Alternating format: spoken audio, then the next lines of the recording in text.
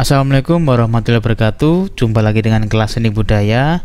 Kali ini saya akan membawakan materi tentang filsafat seni dan estetika.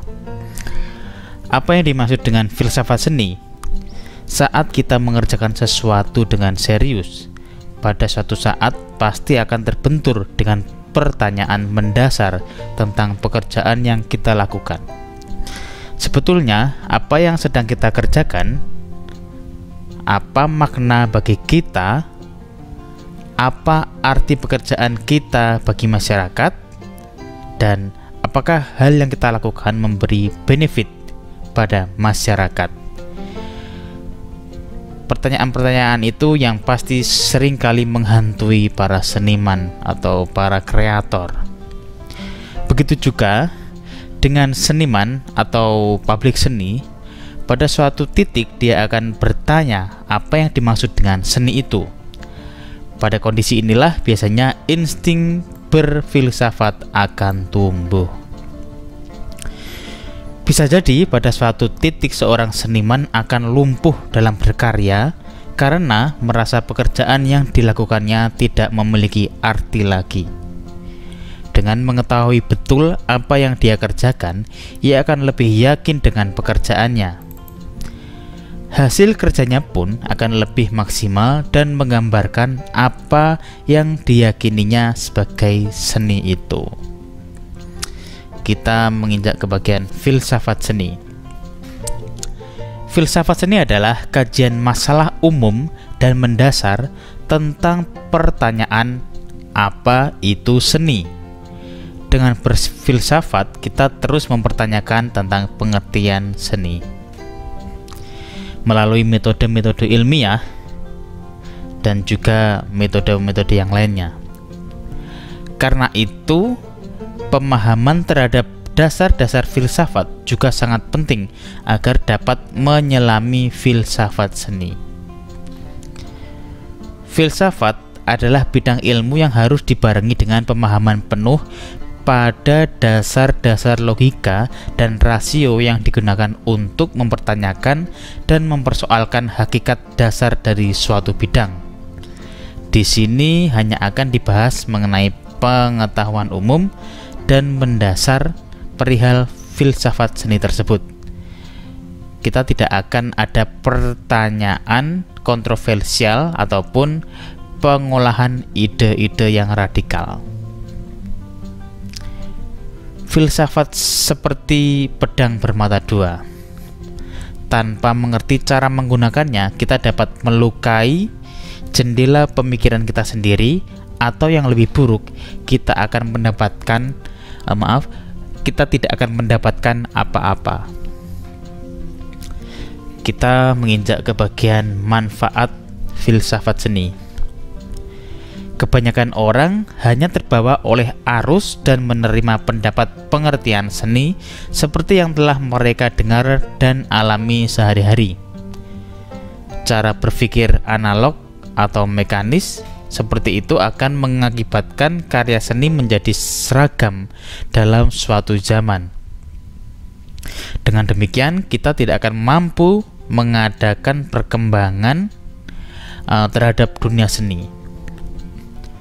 Pertanyaan filosofis tentang seni akan membuat kita menjadi kritis sehingga mampu memberikan perubahan dan perkembangan bagi budaya seni. Maka dari itu, seorang seniman pada akhirnya harus memiliki filsafat seninya sendiri dan mampu mengaplikasikan pada karyanya agar dapat memberikan perkembangan bagi budaya seni. Karena itulah pemahaman pada filsafat seni sangatlah penting. Tanpa pemahaman yang baik pada filsafat, seorang seniman hanya mampu mengepul informasi dari berbagai teori filsafat lalu menjadikannya sebagai sikap hidup berkeseniannya. Misalnya, seorang seniman yang banyak membaca berbagai literasi sosialis akan menggunakan prinsip-prinsip teori tersebut terhadap karyanya dan memberikan pesan moral positif. Hal tersebut memang tidak apa-apa, justru bagus. seniman tersebut memberikan kontribusi nyata bagi dunia seni. Sayangnya hal tersebut justru kurang bersimpangan dengan filsafat. Seorang yang mengepul informasi yang telah ada lalu mengaplikasikannya adalah seorang teknokrat, bukan filsuf. Walaupun pengalaman dan dedikasi seorang teknokrat sangat baik, tetapi ada kebutuhan yang belum dipenuhi untuk perkembangan seni itu sendiri. Pemikiran baru yang tumbuh dari filsuf seni. Karenanya, berfilsafat tetap dibutuhkan untuk menghadirkan pesona baru bagi karya seni yang digarap. Kita menginjak ke bagian filsafat seni dan estetika. Awalnya, hubungan filsafat dan seni selalu dikaitkan dengan estetika. Hal itu terdengar sangat masuk akal bagi nalar kita, karena estetika adalah filsafat yang mempertanyakan keindahan. Tetapi hari ini dunia seni telah sadar bahwa seni tidak harus selalu indah. Ini ya, saya ulangi, dicamkan bahwa seni tidak harus indah. Terdapat banyak komponen lain dari nilai atau output yang diberikan oleh karya seni selain keindahannya. Maka dari itu diperlukan suatu bidang khusus selain estetika untuk mempersoalkan hakikat seni, yakni filsafat seni.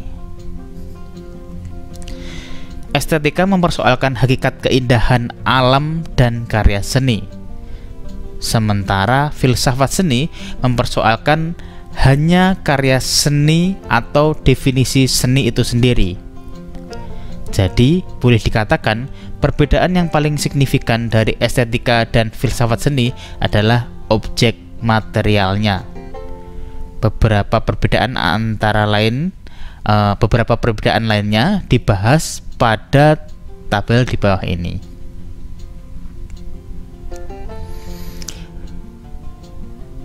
Pada pokok bahasan itu ekspresi, filsafat seni mengekspresikan gagasan dan perasaan, sedangkan estetika tidak menggagaskan sesuatu. Pada bahasan komunikasi atau pertanyaan, filsafat seni menimbulkan pertanyaan, maksud atau tujuan dari seniman, sedangkan estetika, keindahan alam tidak dibuat oleh manusia.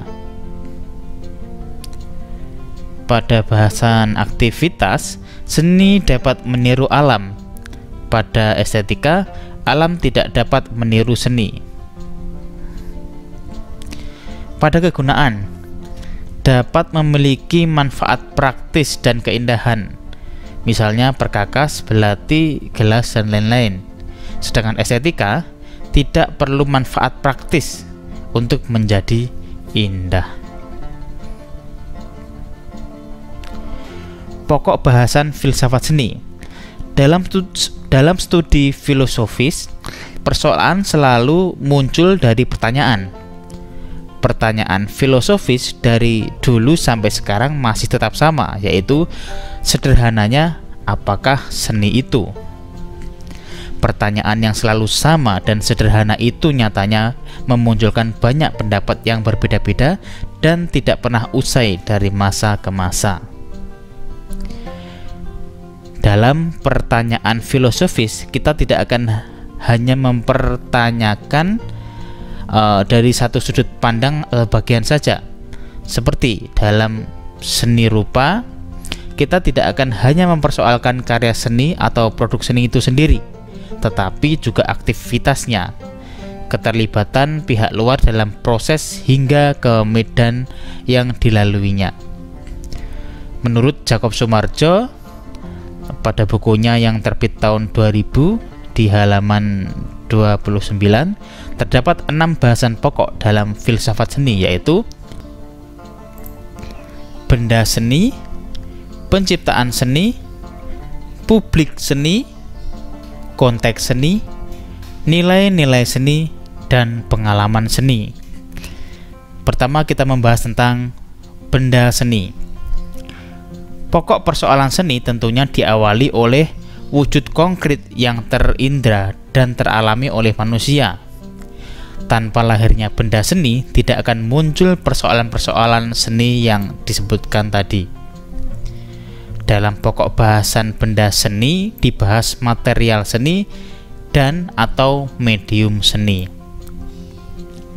Seni terwujud berdasarkan medium tertentu, baik indera pendengaran, penglihatan, atau gabungan keduanya. Setiap medium memiliki ciri khasnya dengan kelebihan dan kekurangan masing-masing. Penggolongan tersebut akan melahirkan ilmu-ilmu seni khusus seperti ilmu sastra, ilmu seni tari, ilmu seni teater, ilmu seni musik, dan lainnya.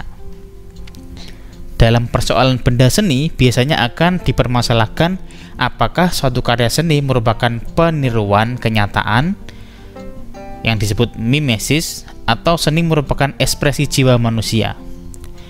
Dalam rekaman sejarah, debat tentang pokok persoalan tersebut telah dimulai sejak zaman Plato dan Aristoteles dan tidak pernah usai hingga sekarang. Persoalan subjektivitas dalam seni, yaitu ekspresi, dan objektivitas mimesis berlangsung di lingkungan penciptaan para seniman dan pengamatan evaluasi para kritikus. Benda seni juga mungkin akan mempermasalahkan analisis bentuk dari isi seni. Perdebatan yang terjadi dalam konteks ini juga tidak kalah sengit. Kita membahas tentang penciptaan seni. Persoalan seni dan seniman menyangkut masalah kreativitas dan ekspresi. Apa itu kreativitas? Apa yang dimaksud ekspresi? Dan apa bedanya dengan representasi? Gender juga dapat menjadi pertanyaan, apakah seniman seni berjenis kelamin wanita berbeda dengan seniman laki-laki? Pribadi seniman juga akan dipermasalahkan karena biasanya akan menimbulkan gaya atau style yang berbeda di setiap individunya. Kita membahas tentang publik seni. Seni adalah bentuk komunikasi antar pencipta dan apresiatornya. Karena seni tidak dapat disebut seni tanpa pengakuan masyarakat seni atau dengan masyarakat umumnya. Seniman disebut seniman oleh masyarakat karena status yang diperjuangkannya. Seni itu publik, maka persoalan-persoalan komunikasi, nilai-nilai masyarakat menjadi persoalan seni juga. Apresiasi, cara estetik, empati tidak selalu mencakup seluruh masyarakat. Terkadang mungkin ada beberapa pihak yang tidak setuju untuk menerima produk seni tertentu. Maka dipersoalkan juga karakteristik masyarakat melalui kajian sosiologi, psikologi, dan antropologi seni. Yaitu kita menginjak bagian nilai seni. Menurut Benedetto Croce berpendapat bahwa karya seni atau benda seni tidak pernah ada, sebab seni itu terdapat pada jiwa setiap penanggapnya. Di sini dibicarakan nilai-nilai seni yang diciptakan sendiri oleh penanggap seni terhadap sesuatu yang diperlakukannya sebagai benda seni. Disitulah persoalan seni paling rumit dibicarakan dalam pembicaraan mendasar tentangnya. Persoalan seni sebetulnya adalah persoalan nilai-nilai tadi, sehingga dalam bidang filsafat, kajian seni dikategorikan dalam kelompok kajian tentang nilai, sejajar dengan estetika, dan logika. Kita ke pengalaman seni. Seni bukan hanya masalah komunikasi belaka. Seni tidak hanya menyampaikan informasi. komunikasi seni adalah komunikasi nilai-nilai berkualitas, baik kualitas perasaan maupun kualitas medium seni itu sendiri. Singkat kata, komunikasi seni adalah komunikasi pengalaman yang melibatkan kegiatan nalar, emosi, dan intuisi. Menurut Jacob Sumarjo, seperti Krauss, pada nilai seni ada juga yang berpendapat bahwa hakikat itu ada pada pengalaman, bukan pada benda atau nilai. Memasuki pengalaman seni berarti merasakan pengalaman sejenis dengan pengalaman saat kita sedang merasa terancam bahaya, puas saat makan makanan yang enak, atau euforia saat memenangkan kontes tertentu. Kesimpulannya dari kajian kita pada hari ini, persoalan seni ternyata melibatkan berbagai pokok tinjauan. Satu sama lain saling berkaitan. Masing-masing pokok seni dapat bersanding dengan baik atau sebaliknya bertentangan. Persoalan benda seni akan melibatkan pembicaraan tentang nilai-nilai dan pengalaman seni yang diperoleh. Sedangkan persoalan nilai akan berkaitan dengan publik, yaitu publik seni, dan konteks sosial budaya. Semuanya memperlihatkan bahwa persoalan seni bukanlah persoalan yang mudah dijawab. Dengan menggunakan pokok bahasan tersebut, kita dapat mulai mempertanyakan pertanyaan filosofis kita sendiri dengan cara yang lebih tertata dan melanjutkan atau memperdebatkan apa yang telah ditemukan pemikir seni sebelumnya. Oke, sekian dulu untuk materi pembahasan tentang filsafat seni dan estetika. Sampai ketemu di kajian berikutnya dan wassalamualaikum warahmatullahi wabarakatuh.